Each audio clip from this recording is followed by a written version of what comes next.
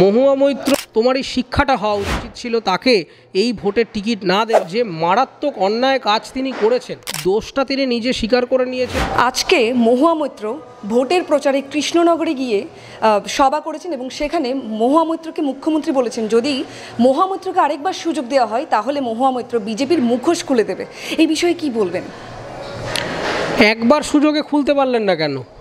এটা তো অবান্তর কথা না। মানে বারবারই এই প্রলোভনগুলো দেখায়।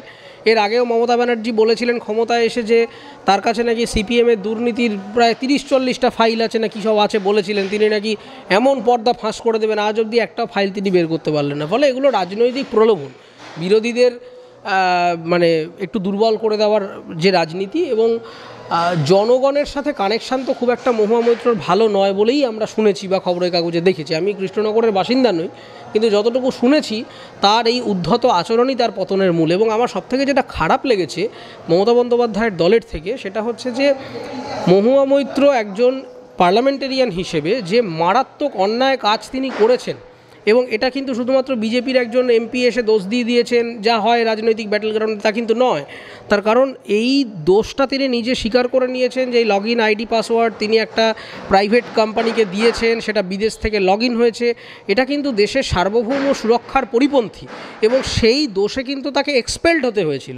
শুধুমাত্র একটা বিরোধী দলের এটা চক্রান্ত এটা বলা যাবে না। তার কারণ মহুয়া মৈত্র নিজে এনকোয়ারি এবং ইনভেস্টিগেশনের সময় স্বীকার করেছেন যে এই কাজ তিনি করেছেন। কিন্তু আনফর্চুনেটলি আমার মনে হয় যে দলের উচিত ছিল তাকে এই ভোটের টিকিট না দেওয়া, বরং একটা মানুষকে বোঝানো যে একজন পার্লামেন্টেরিয়ান হিসেবে তুমি যে দায়িত্বজ্ঞানহীন কাজ করেছো, যা দেশের সুরক্ষা, দেশের সার্বভৌমত্ব এবং দেশের পার্লামেন্টেরিয়ান ইন্টিগ্রিটি এথিক্সের বিরোধী, তোমার এই শিক্ষাটা হওয়া উচিত যে অন্তত একটাবার তাকে সাসপেন্ড করে রাখা উচিত ছিল একটা সেশন, যাতে তাকে শেখানো যায়। কিন্তু আনফর্চুনেটলি মমতা ব্যানার্জি এমন একটা রাজনৈতিক অপারেশন এখানে চালান যে ওই যে বললাম নীতি মূল্যবোধ এই দলের মধ্যে নেই।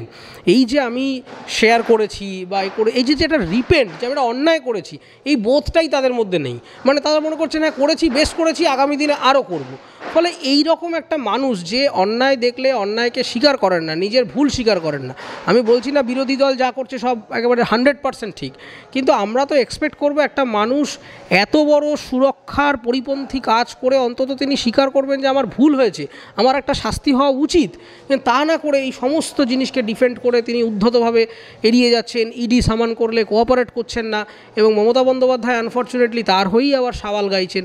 এটা খুবই দুর্ভাগ্যবশত আমার মনে হয় তৃণমূল কংগ্রেসের কাছে আর ওই সিটটা কন্টেস্ট করার মতো বোধহয় ফেসের অভাব ছিল, সেই জন্যই বাধ্য হয়ে দিতে হয়েছে। না হলে সঠিক রাজনৈতিক নীতি আদর্শ হিসেবে মমতা বন্দ্যোপাধ্যায় হয়তো ওনাকে টিকিটটা দিতেন না।